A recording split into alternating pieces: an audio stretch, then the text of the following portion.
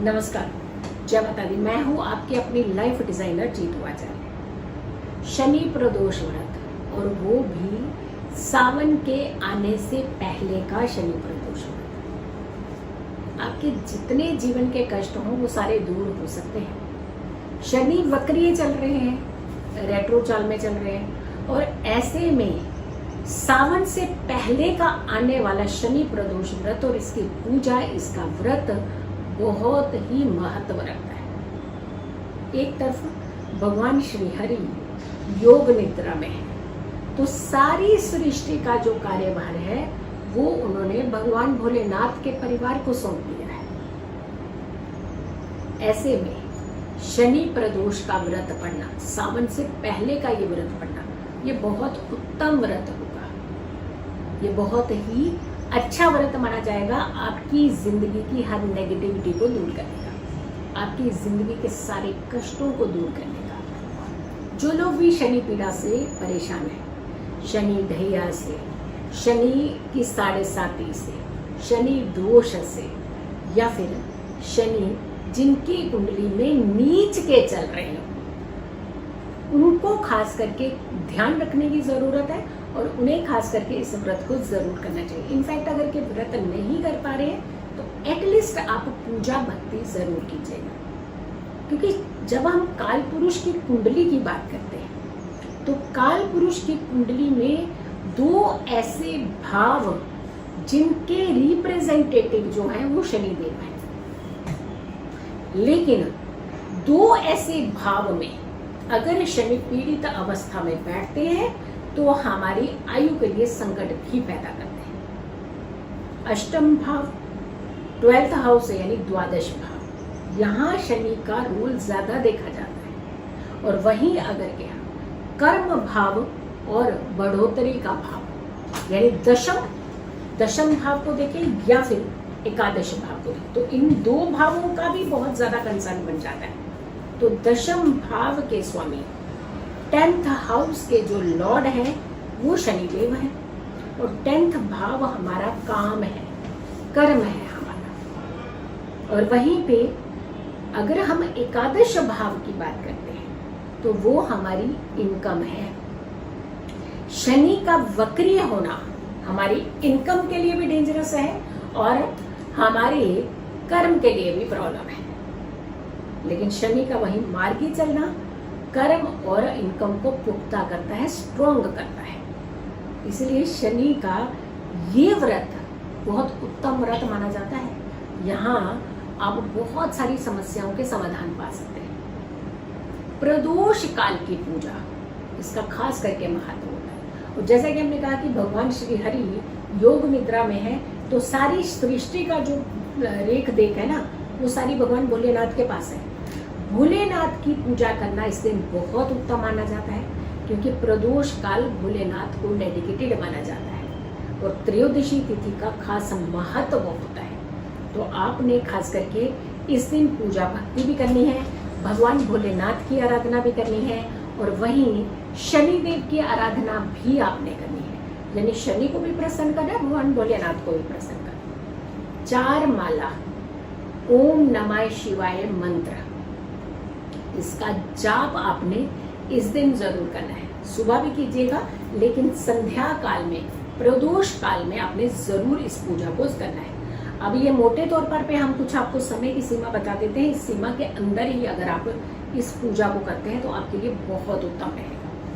आपने ये पूजा शाम को 7:10 से लेकर के 8:40 के बीच में करनी है। 7:10 से लेकर के 8:40 के बीच में अगर आप ये पूजा करते हैं तो आपको खूब सारा लाभ मिलता है।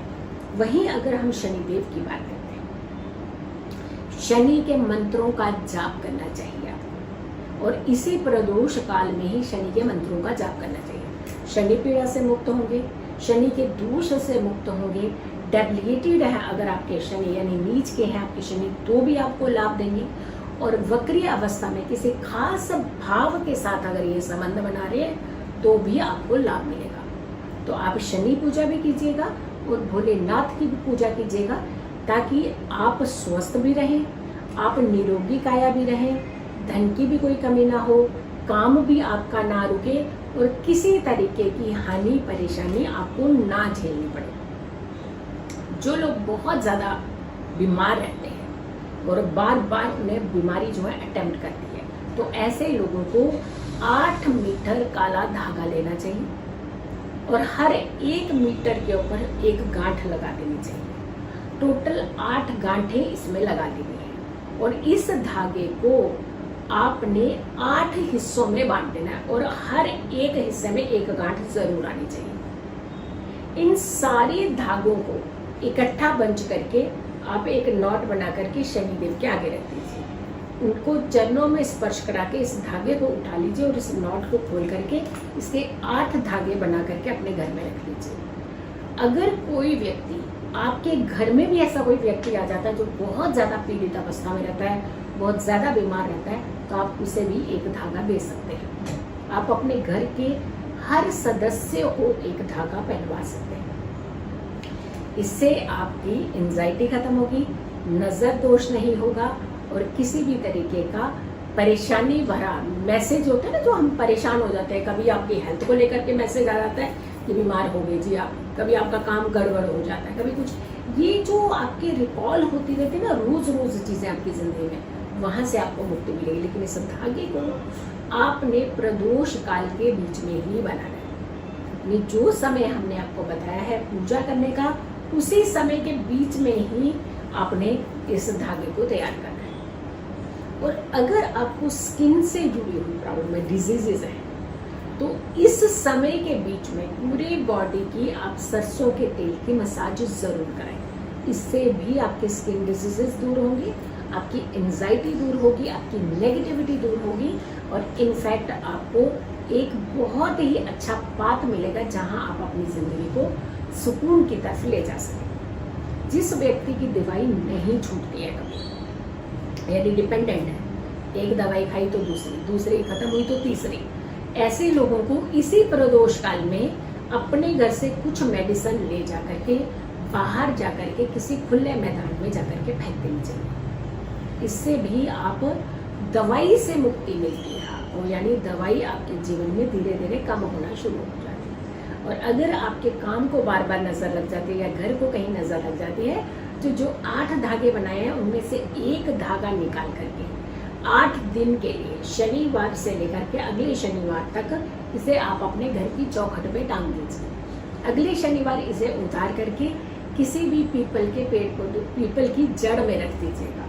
तो आपको जितनी नजर लगती है, आपके घर को जितनी नजर लगती है, वो सारा नजर दोष भी आपका दूर होगा। तो वीडियो को आपने ज्यादा से ज्यादा लोगों तक जरूर पहुंचाना। चैनल अगर आप लोगों ने सब्सक्राइब नहीं किया है तो जरूर कीजिएगा, वीडियो शेयर कीजिएगा और मेरी आने वाली हर वीडियो को जरूर देखें। खुश रहें, स्वस्थ रहें, पॉजिटिव रहते हैं तो हर समस्या से हम दूर रहते हैं। जल्दी हाजिर होंगे एक अच्छी वीडियो के साथ। तब तक के लिए नमस्कार, जय माता दी।